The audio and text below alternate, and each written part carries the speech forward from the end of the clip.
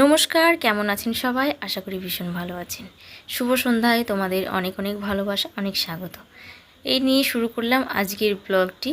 এই একদম সন্ধ্যার পরে বিকেল বিকেলে তা দেখো, একদম পালপাড়া মোড় হয়ে হাই রোড ধরে চলে যাচ্ছি স্পোর্টস ভিলা বলে একটা জায়গা, কৃষ্ণনগর স্পোর্টস ভিলা।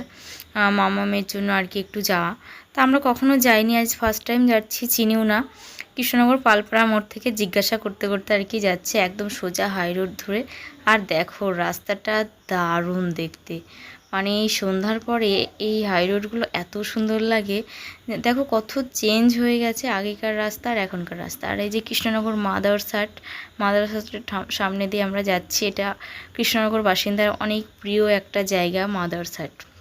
এখানে মানে ভালো সময় মন্দ সময় সব কিছু মিলিয়ে মিশে কিন্তু অনেকেই আসে কাটাতে। চলো, খুব ভালো লাগে ভিতরে আর কি গিয়ে বসে খাওয়া দাওয়া করতে ভালোই লাগে। এই ভিতরে, হ্যাঁ, আমাকে উনি বললেন যে ডান দিকে যেতে হবে। নামবো?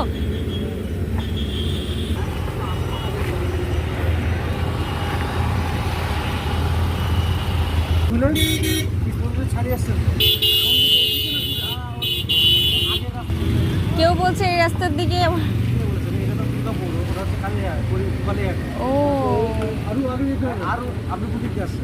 আমরা এদিক দিয়ে যাচ্ছিলাম। প্রথম রাস্তাটা, প্রথম রাস্তাটা একদম প্রথম রাস্তা, এরকম রাস্তায় এটা এরকম বড় রাস্তা, এরপরে যেটা আছে এরকমই রাস্তা। তো শেষমেশ অনেক জিজ্ঞাসাবাদের পরে আমরা পেয়ে গেছি স্পোর্টস ভিলা।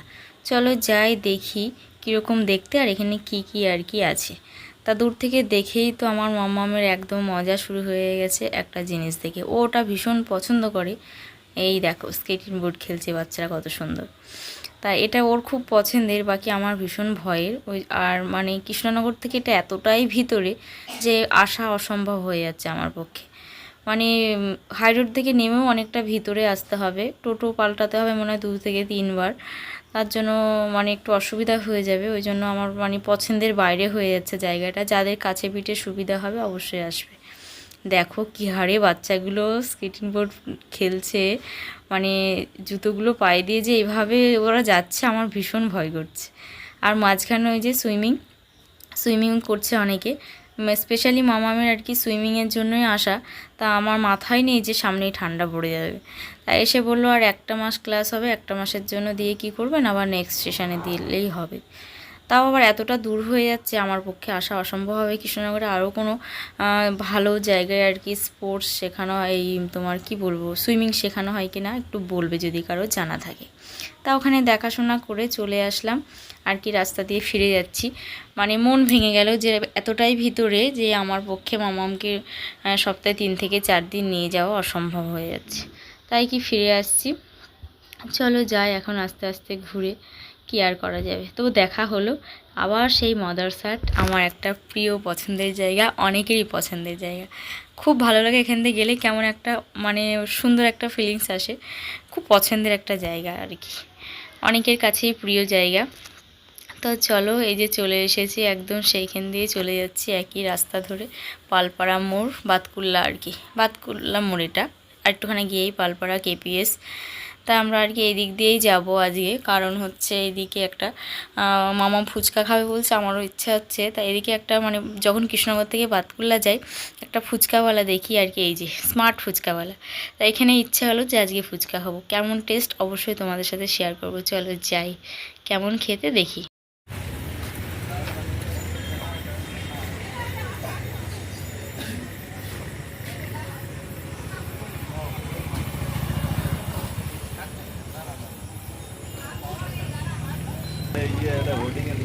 চলো সবাই স্মার্ট ফুচকাওয়ালা নাম দিয়ে গেলাম আমি, স্মার্ট ফুচকাওয়ালা। জানি না, আমি নিজেই ভাইরাল নই। তোমার দোয়ায় যদি আমিও ভাইরাল হই। বাকি চলো স্মার্ট ফুচকাওয়ালা, এটা হচ্ছে কৃষ্ণনগর থেকে বাতকুল্লা যেতে রাস্তায় পড়ে, সব চলে আসবে। তো ঘুরে এসে আমাদের বাড়ির সামনে গণেশ চতুর্দশী উপলক্ষে একটা সাংস্কৃতিক অনুষ্ঠান হচ্ছিল, সেখানে আর কি চলে এসেছি। দেখো অনেক মানে এখানকার স্থানীয় বাচ্চারা নিজেরা পার্টিসিপেট করে, নিজেদের মতো পরিবেশন করে, খুব ভালো লাগছিল। তা তোমাদের সাথে আমি একটু শেয়ার করলাম, কিন্তু কিছু করার নেই। ওরা যে গানগুলো নাচছিল সেই গানগুলোই তো আমি ব্লগে দিতে পারি না, একটু প্রবলেম আছে। যারা ইউটিউবে ডেলি ব্লগ করো বা যে কোনো ভিডিও করো বা যারা করো না তারাও অনেকেই জানো যে ডাইরেক্ট আমি বাইরের সংগুলো দিতে পারি না। তাই ওই যে নাচগুলো দেখবে, গান ছাড়া নাচ খুব একটা ভালো লাগে না, কিন্তু এই বাচ্চাটা অসাধারণ নাচছিল। দেখো সবাই দাঁড়িয়ে পড়েছে, আমি ঠিকঠাক তুলেই উঠতে পারছিলাম না। এত ছোট বাচ্চা যে এত সুন্দর পরিবেশন করবে, ভীষণ সুন্দর লেগেছে। তোমাদের কেমন লেগেছে অবশ্যই কমেন্ট সেকশনে কমেন্ট করবে। আর দেখবে গান ছাড়া নাচ একদম ডিম সিদ্ধ আর কি, নুন ছাড়া ডিম সিদ্ধ খাওয়ার মতো আর কি হয়ে যায়, কিছু করার নেই। তা তোমাদের সাথে আর ছেলেটা দেখো অসাধারণ নেচেছিল।